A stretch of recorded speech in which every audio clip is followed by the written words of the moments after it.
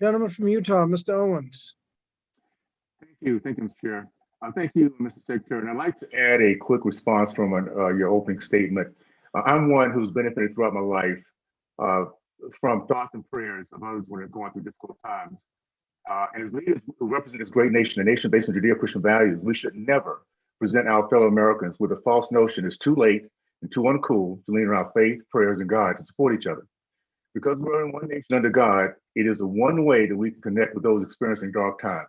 And I'm sure the community of Uvalde would really appreciate it. So, Mr. Secretary, over the last year, the price of gasoline in Utah has increased more than 37%. Between Utah's open enrollment in public schools and charter schools, many parents in my district drive their children to school outside of the neighborhood.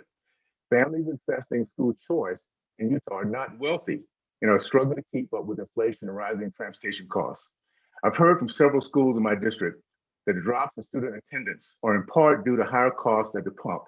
We are told that inflation is transitory, and yet the cost of living for families increased last month by 8.3%, which acknowledge that the inflation is negatively impacting the choice of school education for students and their parents.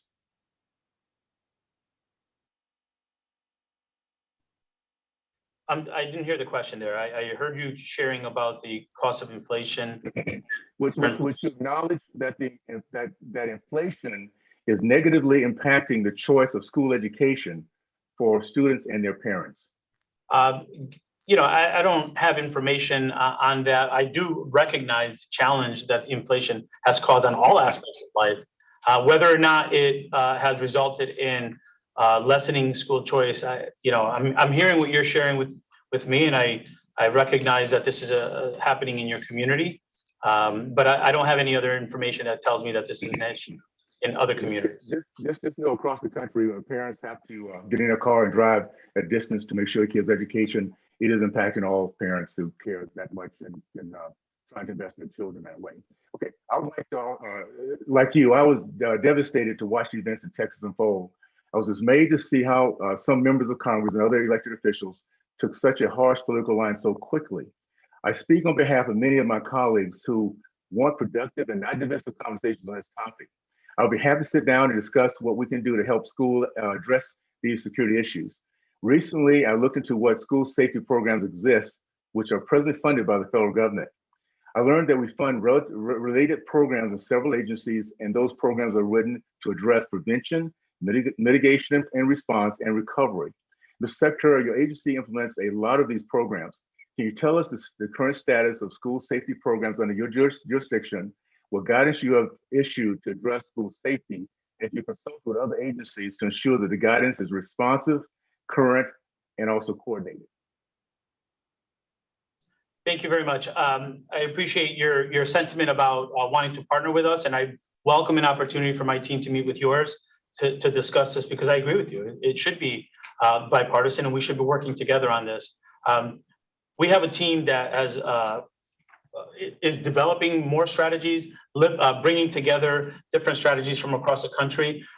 We have the Project SERVE, which is School Emergency Reduction of Violence funds and team that has been in contact already with this community in Texas and will continue to be. And part of this team's work is to lift up practices of what's happening across the country. So it's an ongoing process, but happy to have my team meet with yours to hear your thoughts and to work together on this. Okay, thank you. I just want to wrap up with something that was talked about earlier. I agree with the concerns of an answer that you gave to one of my colleagues earlier about keeping secrets from parents.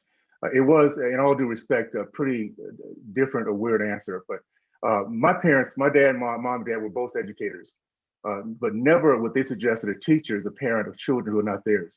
You're keeping secrets from parents regarding their children's physical and mental health being a secret that they are not learning ABCs, but instead of going through indoctrination or gender transitioning is extremely disturbing.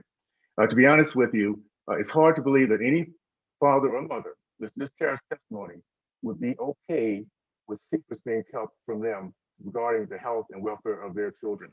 With that, I want to yield any remaining time I have to Dr. Fox. Thank you, Mr. Burgess. Mr. Secretary, what specific language in the ESEA authorizes you to add additional requirements to the charter school program? We think the statute's clear about your requirement to consult with charter school officials before developing rules and regulations, and you are not authorized to do it without that consultation. Thank you. I know the time is up, but I do want to respond. This is for discretionary funds and their proposals that we have. So you have discretion, you have authorization under the statutes because they're discretionary funds? Is that your answer? We have authority to make proposals. But you're requiring, Happy to you're discuss. adding additional requirements to the charter school program. What is the authorization in the statute? So what we're trying to do is increase accountability, engagement, which are all things that I think I've heard from you are important in education. And I think there's a misconception that we don't support quality public charter schools. Mm-hmm. And I want to be very clear that that's not the case. You're not answering the question. Thank you, Mr. Chairman.